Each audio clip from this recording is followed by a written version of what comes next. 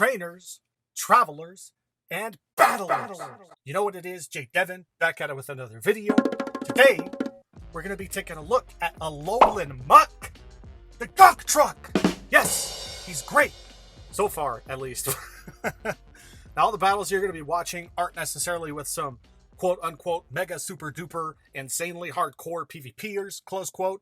These are going to be with a lot of my local battlers in my local group that we have for our chat group. Anyways, Alolan Muk I'm really liking, and there's a team that I've put together I've had some success with in some of these smaller minor test battles that has served me well.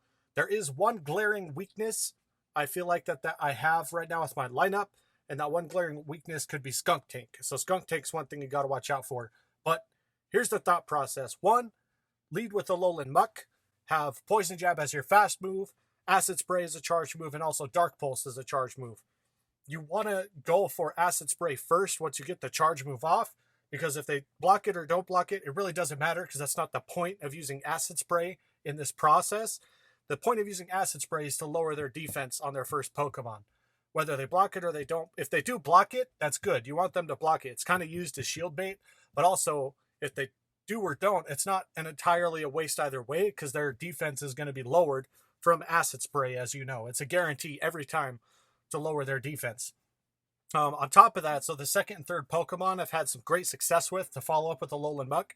Number one, you want to have Gardevoir and or some Confusion user, because Alolan Muk is going to be scared of fighting Pokemon in general. He doesn't really have good matchups against them. So Gardevoir and or some Confusion user is a good backup for Alolan Muk.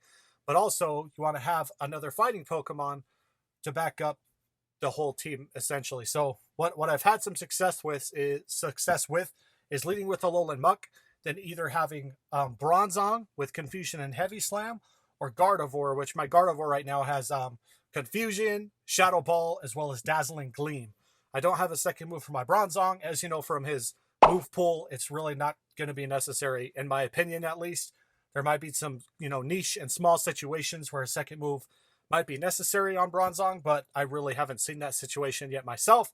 So if you guys have, let me know in the comments, and, feel free, we'll make it a discussion and we'll talk about it. But, that's kind of the thought process. I've had a lot of success with that lineup, but also I want to talk a little bit about Lucario here and his place in this Nightmare Cup meta. Now, being a Steel type, he's going to resist Poison. Being a Fighting type, he's going to resist Dark. As far as I know, Ghost is going to be neutral to him, but his big glaring weakness, obviously being Lucario, is other fighting types. So, with my experience running Lucario so far, you definitely for sure want to either have another fighting type to back him up, or a Confusion user to back him up. Otherwise you can run all Dark Poison types. If you want to, you can go excuse me.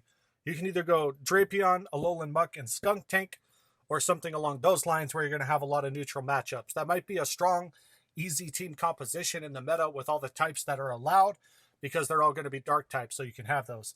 But in my experience so far, that's really been, a solid strategy. A lot of people have said some good things about Xatu. Now, my thoughts on Xatu is, it's psychic and flying typing, so it is going to be also extremely resistant to fighting types, just like Gardevoir is. It doesn't have the weakness to poison types like Gardevoir does, but it's going to counter a lot of things with some good neutral damage, essentially. Air Slash, Aerial Ace, and Ominous Wind, I think, are what people are running with it. I've never really tested it out enough to say whether, I think it's going to be good or I think it's going to be bad. My feelings on it right now are kind of neutral. I don't feel like it's going to be insanely good or insanely bad either. The main point I think I want to make about Xatu is there's a lot of Pokemon right now in this current meta that have Dark and Ghost type coverage and attacks. So like Xatu is basically going to be an auto lose versus Spiritomb in a no shield situation, because Spiritomb can just destroy it. So that's one of those things where it's like, if it's an auto lose against a certain Pokemon that might end up being super common in the meta as the meta progresses and evolves, I really don't feel like it's going to be a safe choice. It is a rock, paper, scissors meta, but that might be just a little too rock, paper, scissorsy for my feelings and my taste in things right now. But as you can see from these battles, I mean, again, they're not super competitive or super meta heavy. What I'm really doing is like, I think about what things will be good in this meta as I look at the typings and the different matchups, and as I read Reddit and look at things on Discords and different Discord servers. And then, you know, I test them out. Sometimes I like it. Sometimes I really don't like it. But that's really what you guys have to do at the end of the day. You need to look at other videos, other YouTubers. You need to look on Twitter, on the Silph subreddit, all these different sources of information that we have for the meta in the Silph Cups like this. And you kind of have to really just strategize and put together things yourself. You know, one thing to consider is also the area that you live in. Do you live in a very Pokemon Go heavy area where there's constant playing and constant events? There's a lot of players and a lot of competitive PvPers, or is it just kind of mild? Because, you know, if that's the situation, then you can probably just go in with the sub-meta fun team and perform pretty well.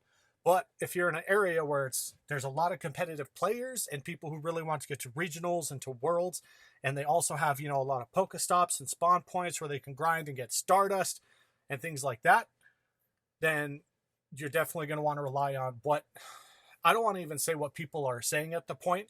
You might just want to wait to see people's tournament results and what they ran. And if it's at all possible to get in touch with the person who won, then absolutely get in touch with them and say, hey, what were your strategies? What worked for you? What didn't work? Etc. So that's also another thing to keep in mind. You know, if you really want to win, just learn from the best. That's all there is to it.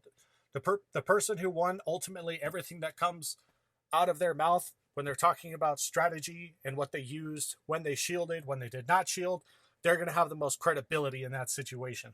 So as far as the Kingdom Cup went for me, obviously I might not be the most credible source for the Kingdom Cup, but we'll have to see how this upcoming Nightmare Cup goes for me.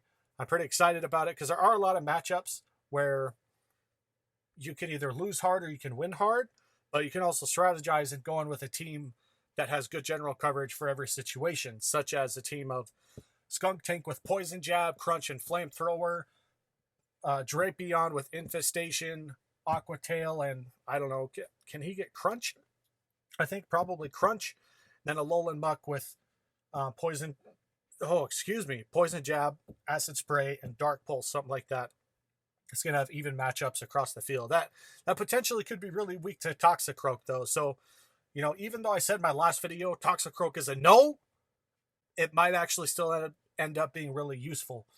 Because in certain situations, when people are looking at your team before you're about to go into a match, and if they don't see a Confusion user, you bet your bottom dollar they're going to go in with that Toxicroak. And that Toxicroak could mess up your day. So, you know, when I say these things in my videos, take it with a grain of salt. Because that's not going to be, you know, the final word on things, obviously. People might end up using Toxicroak still, and it could end up being really useful. The reason I'm not running Toxicroak and I'd rather run 2 Confusion users in a team of 6 is because that is going to hard shut down Toxicroak, as well as, you know, Gardevoir is going to be a hard shutdown for Toxicroak and also for Hitmonchan. And Gardevoir, as far as I've seen, in my opinion, it's performed really well.